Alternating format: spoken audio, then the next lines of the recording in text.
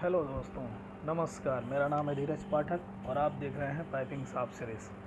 दोस्तों, मैं इन सीरीज़ में जो मैं वीडियोस लेके आता हूँ, पाइपिंग इंटरव्यू के questions, piping supervisors, piping foreman, piping engineers, उनके लिए स्पेशली मैं बहुत सारे क्वेश्चंस और आंसर्स की एक सीरीज़ लेके आता हूँ और रिपीटेडली मैं उसके वीडियोस भी डालता हूँ, जिससे आप लोगों को ये इन्फॉर्मेशंस मिल पाती है कि इंटरव्यू में किस तरह के क्वेश्चंस पूछे जाते हैं और उनका बेस्ट वर्जन का आंसर क्या हो सकता है। और आपके इन्फॉर्मेशन भी और इंक्रीज़ कर सकते हैं। यदि आप इंटरव्यू के लिए नहीं भी कर रहे हो, आप कहीं पे जॉब कर रहे हो, तो आपके इंटरव्यू के लिए भी, आपकी जानकारी के लिए भी ये क्वेश्चंस बहुत इंपॉर्टेंट होते हैं। तो कृपया इस वीडियोस पे बने रहें। आज हम लोग जो डिस्कस करने वाले हैं, जनरली आज का हमारा टॉपिक है मैकेनिकल क्लियरेंस। दोस्तों, कंस्ट्रक्शन फील्ड में कोई भी पैकेज जब बनता है तो उसका फर्स्ट प्रायोरिटी होता है मैकेनिकल क्लियरेंस। जो लोग काम कर रहे हैं उनको अच्छी तरह से पता है, या फिर जो लोग इस फील्ड में अभी नए हैं उनको ये चीज़ पता हो जाएगी। यदि वो लोग एक्सपीरियंस में, यदि वो काम के लिए आने वाले हैं, तो उनको पता चलेगा कि जो फर्स्ट फेज़ है हमारा मैकेनिकल क्लियरेंस का होता है। यदि हम लोग कहीं पे भी कंस्ट्रक्शन करते हैं तो मैकेनिकल क्लियरेंस जब तक नहीं होता है, उसके अंदर बहुत सारी स्टेप्स हैं। हमने बहुत सारी वीडियोज़ ऐसी बनाई हैं जिसके अंदर में उसके डिटेलिंग में भी है। आज हम बात करने वाले हैं, हमारा टॉपिक जो है मैकेनिकल क्लियरेंस है कि क्या होता है ये मैकेनिकल क्लियरेंस। दूसरा हमारा आज का क्वेश्चन रहेगा कि मैकेनिकल क्लियरेंस के लिए क्या क्या पैरामीटर्स हैं जिस पे हमको ज़्यादा फोकस करना होता है।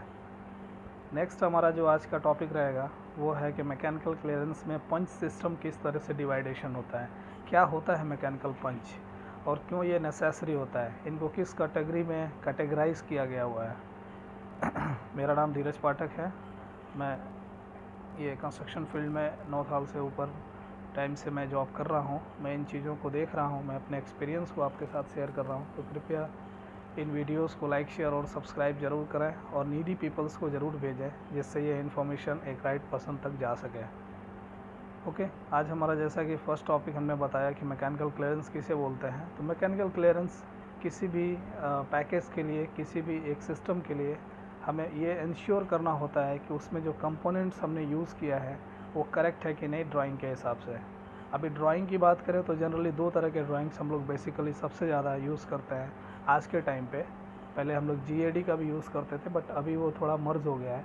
अभी हम लोग के पास 3D भी अवेलेबल रहता है। इसके लिए हम लोग PNID को फर्स्ट रेफ़र करते हैं, सेकेंड हम लोग आइसोमेट्रिक को रेफ़र करते हैं। आइसोमेट्रिक में कभी कभी कुछ मिस्टेक्स रहते हैं जिसको हम लोगों को मास्टर रेफरेंस PNID से लेना पड़ता है। तो PNID के हिसाब से और आइसोमेट्रिक के हिसाब से जो कंपोनेंट्स हमें चाहिए जिस पार्टिकुलर सिस्टम में, वो वहाँ लगा है कि नहीं, इसका इंश्योरेंस करना होता है, इसका एश्योरेंस करना होता है कि ये जो करेक्ट चीज़ें जहाँ पे लगनी चाहिए, जिस डायरेक्शन में लगनी चाहिए, वो चीज़ वहाँ पर अवेलेबल है। ये फर्स्ट हमारा टॉपिक आता है इसका मैकेनिकल क्लियरेंस में, ये चीज़ हमको जानना होता है। नेक्स्ट हमारा है कि to ensure the direction of the globe valve, check wall, PRV, control walls and other types of components like venturimeter, flow meter, side glasses. देखिए, मैंने और भी कुछ वीडियोस बनाए हैं, आप लोग लास्ट वीडियोस में जाके देख सकते हैं कि कितने सारे कंपोनेंट्स होते हैं किसी भी एक पाइपिंग सिस्टम में और कितने तरह के वाल्स होते हैं, उन वाल्स का क्या सिस्टम है, उन वॉल्स को कैसे हम क्लासीफाई कर पाते हैं कि कौन सा मॉनिटरिंग टाइप के वॉल हैं, कौन सा रेगुलेटिंग टाइप के वॉल्स हैं, कौन सा कंट्रोलिंग टाइप के वॉल्स हैं। तो इन वॉल्स का भी डिटेल्ड वीडियोस हमने बनाया है, आप समझ सकते हैं। तो ये सब जितने भी कंपोनेंट्स हैं इनमें फ़्लो डायरेक्शंस दिए रहते हैं। तो जो फ़्लो डायरेक्शन है और हमारा जो लाइन का फ़्लो डायरेक्शन है, वो दोनों डायरेक्शन सेम है कि नहीं है, ये चीज़ों को भी एश्योर करना होता है मैकेनिकल क्लियरेंस के दौरान। फर्स्ट हमने जाना कि हमारा ड्राइंग के हिसाब से जो कंपोनेंट्स चाहिए वो वहाँ पर लोकेशन पे है कि नहीं। दूसरा हमको ये जानना होता है कि उनका डायरेक्शन बराबर है कि नहीं है। तीसरा हमको जानना होता है कि जिस लोकेशन पे जिस कंपोनेंट का रिक्वायरमेंट होता है क्या वो वहाँ पर है या नहीं है। जैसे कभी कभी क्या होता है कि हमने काम किसी और को दे दिया, वो लोग बाय मिस्टेक क्या करते हैं कि ईस्ट में साइड ग्लास आना था और वेस्ट में गेट वॉल आना था, वो गेट वॉल को पहले लगा देते हैं और साइड ग्लास को बाद में। तो ये चीज़ों का जो ये है, ड्राइंग के हिसाब से हमको वो चेक करना रहता है कि वो बराबर है कि नहीं है। उसके बाद से हम देखते हैं कि जो स्ट्रेटनेस है, लाइन का स्ट्रेटनेस क्या है, स्लोप, यदि पाइप में कहीं पे स्लोप है तो वो करेक्ट है कि नहीं, ये सब चीज़ों को भी हम चेक करते हैं मैकेनिकल क्लियरेंस के दौरान। कभी कभी क्या होता है कि अनट्रेंड फिटर या फैब्रिकेटर जॉब को करते रहते हैं, जो उसके लिए प्रॉपर नहीं है, तो उन पे भरोसा करके एक फोरमैन, एक सुपरवाइज़र उनको काम देता है, लेकिन लाइन जो है थोड़ी टेढ़ी रह जाती है, वो उनके नज़र में पता नहीं चलती है। लेकिन जब उसको हम लोग मैकेनिकल क्लियरेंस करने के लिए जाते हैं, जब जनरली इंस्पेक्शन के दौरान में उसका स्ट्रेटनेस चेक करना भी मैकेनिकल क्लियरेंस की एक जिम्मेदारी बन जाती है। ठीक है, बाद में यदि उस लाइन में स्लोप है, जैसे बहुत सारे जो हमारे फ्लायर के लाइंस होते हैं उनमें स्लोप मेंटेन रहता है कि यदि कुछ मॉइस्चर क्रिएट होता है तो वो मॉइस्चर अपने ड्रेन पोजीशन तक जाए, इसके लिए तो उसमें स्लोप जितना डिग्री दिया हुआ है वो स्लोप मेंटेन हो रहा है कि नहीं, उसको चेक करते हैं। सर्वेयर से हम लोग उस पॉइंट को फाइंड आउट करते हैं कि इसका एलिवेशन कितना है, दूसरे वाले पॉइंट का एलिवेशन कितना है। एलिवेशन डिफरेंस से हम ये कंसीडर कर पाते हैं कि स्लोप लाइन का जो चाहिए वो उतना मेंटेन है कि नहीं है। ठीक है, नेक्स्ट हम इसमें चेक करते हैं कि लाइन का अलाइनमेंट कैसा है, यदि फ्लैंज का अलाइनमेंट कैसा है, फ्लैंज का पैरेललिज्म कैसा है। जैसे कि मेटिंग फ्लैंज इधर भी आता है, जनरली जहाँ पर ओरिफिस फ्लैंजेस वगैरह आते हैं, तो वहाँ पर यदि अलाइनमेंट थोड़ा भी डिस्टर्ब हुआ तो ओरिफ्लेंस का जो परफॉर्मेंस है उसके ऊपर में असर आएगा। इसके लिए फ्लैंज के अलाइनमेंट्स वगैरह भी चेक करते हैं, उसके पैरेललिज्म को भी चेक करते हैं। ये हमारे मैकेनिकल क्लियरेंस के अंतर्गत आता है। उसके बाद हम इसमें चेक करते हैं to ensure the material used in the system meet the quality standards as per standard operating procedure, SOP। जो SOP है हमारा स्टैंडर्ड ऑपरेटिंग प्रोसीजर है। हर एक प्रोजेक्ट के लिए एक SOP क्रिएटेड रहता है, कहीं कहीं पे QCP क्रिएटेड रहता है। अभी जिस प्रोजेक्ट में हम लोग काम कर रहे हैं यहाँ पर QCP क्रिएटेड है, इसके लास्ट प्रोजेक्ट में SOPs था। तो हर जगह पे एक उसका स्टैंडर्ड ऑपरेटिंग प्रोसीजर रहता है। उसी ऑपरेटिंग प्रोसीजर के हिसाब से हमारा जो स्टेप्स है हमने फॉलो किया है, तो जो हमारा सिस्टम है वो क्वालिटी स्टैंडर्ड्स को मीट करना चाहिए, मिलना चाहिए। यदि वो क्वालिटी स्टैंडर्ड्स को फॉलो नहीं कर पाता है, जैसे कि यदि हमने कहीं पे ऐसा फ्लैंज यूज़ किया है, एक साइड में CS यूज़ किया है और नेक्स्ट साइड में SS का यूज़ किया है, जो कि ड्राइंग का रिक्वायरमेंट नहीं है, वहाँ पर कोई भी स्पैक ब्रेक नहीं हो रहा है, तो वो फिर अलाउेबल नहीं है, उसको रॉन्ग माना जाएगा और उसको वहाँ से निकालना पड़ेगा। ये चीज़ों को भी हम मैकेनिकल क्लियरेंस में चेक करना होता है। फिर हम चेक करते हैं कि जो सपोर्टिंग जनरली हम जो यूज़ करते हैं किसी भी पाइपिंग के लिए, जो प्रॉपर सपोर्ट, प्रॉपर टाइप का सपोर्ट प्रॉपर लोकेशन पे यूज़ हुआ है कि नहीं है, ये सब चीज़ों का करेक्टनेस भी हम लोग मैकेनिकल क्लियरेंस के अंतर्गत में चेक करते हैं। हमारा जो ड्राइंग है आइसोमेट्रिक ड्राइंग्स में उसकी फुल डिटेलिंग दी रहती है। सपोर्ट्स के लिए जनरली एक सपोर्ट बुक भी आती है, प्रोजेक्ट के ऊपर डिपेंड करता है। कुछ प्रोजेक्ट में वो एक अलग रहता है, किसी प्रोजेक्ट में सेम ड्राइंग में ही नीचे उसकी डिटेलिंग दी रहती है। तो जैसा भी आपके पास अवेलेबिलिटी है आप उसके हिसाब से चेक करना होता है कि जो प्रॉपर मटेरियल, जो प्रॉपर सपोर्ट्स है उस प्रॉपर लोकेशन पे लगा है कि नहीं है। यदि नहीं लगा है तो पंच देने वाले लोग या जो इंस्पेक्शन वाले लोग हैं उसको एक पंच क्रिएट करते हैं कि this support to be install, या otherwise it should be rectified. तो उसको हम लोग क्लियर करना पड़ेगा, तब हम लोग मैकेनिकल क्लियरेंस के ऊपर में सिग्नेचर ले सकते हैं अपने क्लाइंट से। नेक्स्ट आता है to ensure the welding done in the piping system is correct and meets the minimum quality requirement. जो मिनिमम क्वालिटी रिक्वायरमेंट है उसके हिसाब से जो हमारा वेल्डिंग हुआ है, जैसे क्या होता है कि बहुत सारे ऐसे जॉइंट्स होते हैं जिनकी RT NDT में भी चेक करें, उसका रेडियोग्राफिक टेस्टिंग है तो RT में वो जॉइंट पास हो गया है, बट उसके बावजूद भी एस्थेटिकली यदि हम लोग उसको चेक करते हैं तो विजुअल में कहीं ना कहीं कुछ प्रॉब्लम रहता है, आर्क स्ट्राइक रहेगा या फिर कुछ और ऐसा इशू रहेगा जो RT के अंदर नहीं आया, बट वो देखने में थोड़ा प्रॉब्लम क्रिएट कर रहा है, वो विजुअल में ओके नहीं है।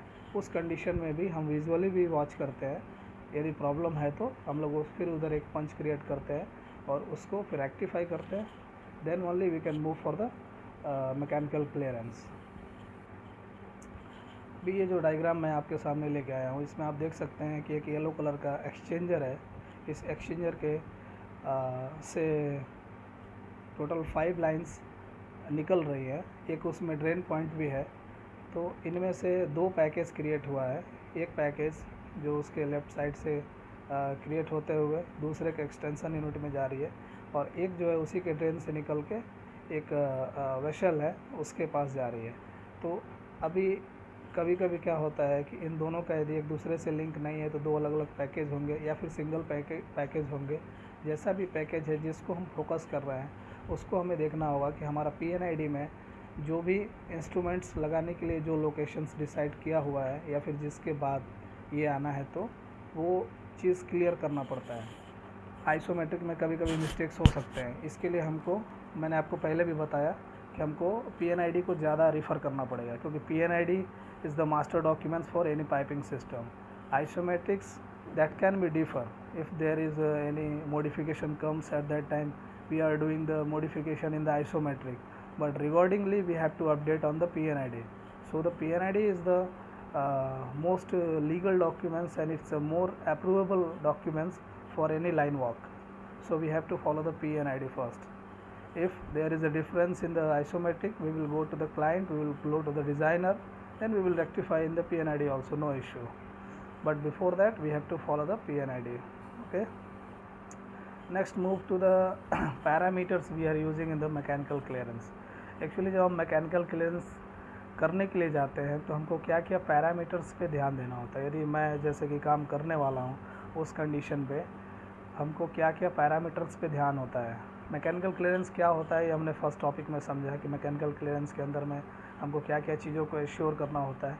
लेकिन मैकेनिकल क्लियरेंस के लिए पैरामीटर्स किन किन चीज़ों पे हमें मोस्ट फोकस करना है, उसके बिना अदरवाइज़ मैकेनिकल क्लियरेंस क्लियर नहीं होगा। जिसमें फर्स्ट है कि कंस्ट्रक्शन एज़ पर PNID में जैसा दिया है हमारा कंस्ट्रक्शन वैसा ही हुआ है कि नहीं है। एक तरह से आप समझ सकते हैं कि these are the checklist for mechanical clearance that we have to see. Construction जो PNID के हिसाब से यदि हमारा वहाँ पे है कि पहले गेट वॉल आना है, फिर ग्लोब वॉल आना है, फिर कंट्रोल वाला आना है, जो भी सीक्वेंस PNID में दिया हुआ है उस हिसाब से काम हुआ है कि नहीं है। दूसरा हमको चेक करना होता है construction as per material specified in the bill of material. जो हमारा आइसोमेट्रिक में बिल ऑफ मटेरियल जैसा दिया है, हमारा जो मटेरियल हमने यूज़ किया है कंस्ट्रक्शन में वो भी सेम होना चाहिए, क्योंकि हर एक फ्लैंज पे आप देख सकते हैं उसके ऊपर में रेटिंग दिया रहेगा, उसके ऊपर में साइज़ दिया रहेगा, उसके ऊपर मैकेनिकल क्लियरेंस का भी इनग्रेविंग रहेगा।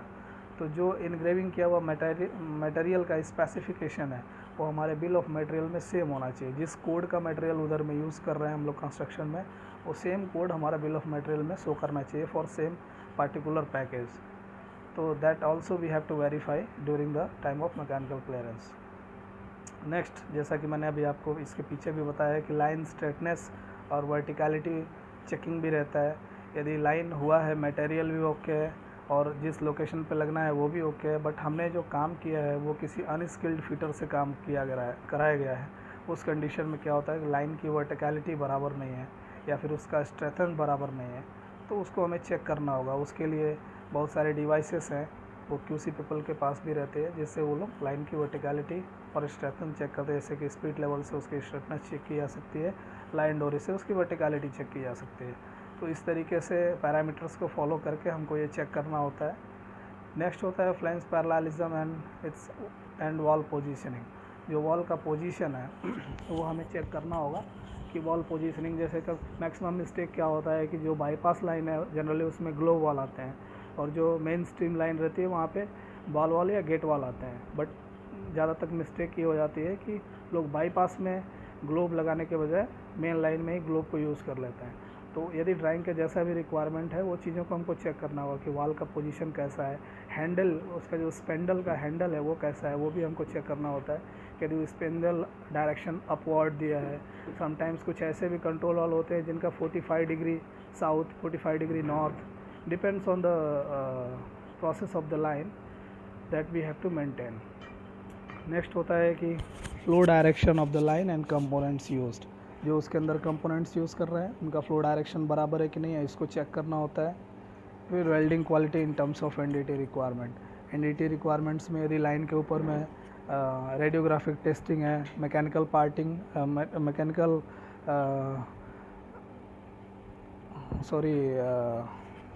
इस मैग्नेटिक पार्टिकल टेस्टिंग यदि है तो वो भी हमको चेक करना होता है, वो रिक्वायरमेंट रहता है।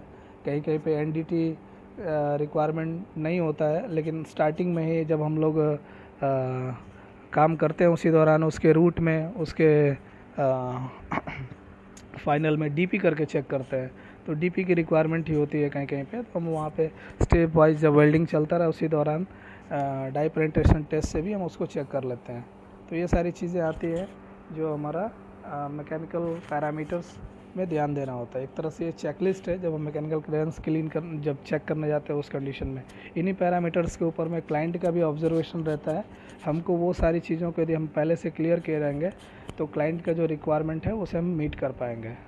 नेक्स्ट अभी हम आते हैं कि मैकेनिकल क्लियरेंस में पंच क्या होता है और ये कैटेगरीज कितने होते हैं। जनरली पंच की कैटेगरीज अभी जिस प्रोजेक्ट में हम काम कर रहे हैं यहाँ पर 3 है, कहीं कहीं पे अभी इसके पहले वाले प्रोजेक्ट में टोटल 4 पंच कैटेगरीज थी, A B C and D। यहाँ पर अभी A B C है और जो पंच का रिक्वायरमेंट है वो ऐसा है कि जो A पंच है वो ऐसे वाले पंच है जो हमको minimum before testing we have to clear the A punch. A punch is nothing but the punch which having the welding और द एनी हॉट वर्क। तो यदि कोई हॉट वर्क है उसको हमको हाइड्रो टेस्टिंग या न्यूमेटिक टेस्टिंग जो भी प्रेशर टेस्टिंग करना है उसके पहले क्लियर करना पड़ेगा, तभी जाके हम लोग उसको प्रेशर टेस्टिंग कर सकते हैं। बी और सी पंच रहेगा तो भी हम लोग प्रेशर टेस्टिंग प्रोसीड कर सकते हैं। इसके लिए हमको ए पंच ज़्यादा इम्पोर्टेंट होता है और इस पर हमको ध्यान देना रहता है। दूसरा, यदि कुछ इनलाइन वॉल है जो अवेलेबल नहीं है तो उसकी अवेलेबिलिटी भी ए पंच के अंदर में आती है, क्योंकि उसके बिना हम लोग टेस्टिंग नहीं कर सकते। क्योंकि यदि हम लोग उसको पहले टेस्टिंग कर लेते हैं तो उन वाल का टेस्टिंग करने के लिए फिर से हमको दोबारा टेस्ट करना पड़ेगा।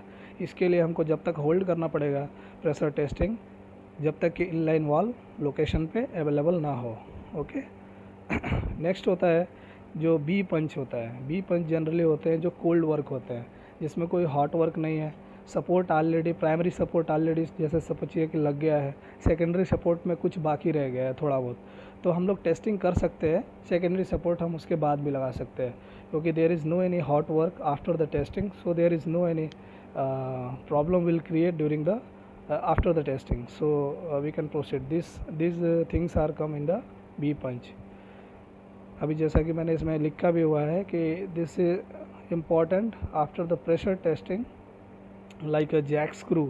यदि जैक स्क्रू नहीं है किसी फ्लैंज में तो टेस्टिंग से कोई प्रॉब्लम नहीं है, टेस्टिंग हम प्रोसेस कर सकते हैं, लेकिन बाद में हम जैक स्क्रू लगाना होगा। ओके। कंट्रोल वॉल जैसा है, कंट्रोल वॉल यदि अवेलेबल नहीं है तो भी हम लोग टेस्टिंग कर सकते हैं। कंट्रोल वॉल चूँकि हमको टेस्टिंग में नहीं लेना रहता है, वो एक इंस्ट्रूमेंट आइटम है और वो ऑलरेडी कैलिब्रेटेड होके आता है, इसके लिए उसके कैलिब्रेशन की कोई ज़रूरत नहीं है लाइन में, तो वो हमें बाद में लगाना होता है। कोई भी इंस्ट्रूमेंटल आइटम है जैसे कि FIT है, FE है, RO है, FE है, तो ये सारे आइटम्स को क्या होता है कि ये सब कैलिब्रेटेड आइटम है, इनको हम टेस्टिंग के बाद लगाते हैं। इसके लिए this all are comes under the B punch. Okay. Next C punch, that is a very general punch, like paint touchup is required, like removal of unwanted tags which is available on the line. जैसे क्या होता है, बहुत सारे ऐसे वाल आते हैं जिनके ऊपर में टैग, वॉल टैग तो रहेगा, साथ साथ में कुछ एक्स्ट्रा टैग्स भी दिए रहते हैं जिनका कुछ रिक्वायरमेंट नहीं है, तो उनको निकालना रहता है। और भी कुछ ऐसे होते हैं कि वॉल में ग्रीसिंग नहीं किया हुआ है, वो सारी चीज़ों को करना रहता है। ये सब सी पंच में आता है। ये ऑपरेशनल टाइम पे भी इसको हम कर सकते हैं, बट इसको बिफोर कमीशनिंग हमको कैसे भी कंप्लीट करना होता है before hand over. Okay. This all the that we covered today on this video. Thanks for watching. Please like, share and subscribe my video. Thank you very much.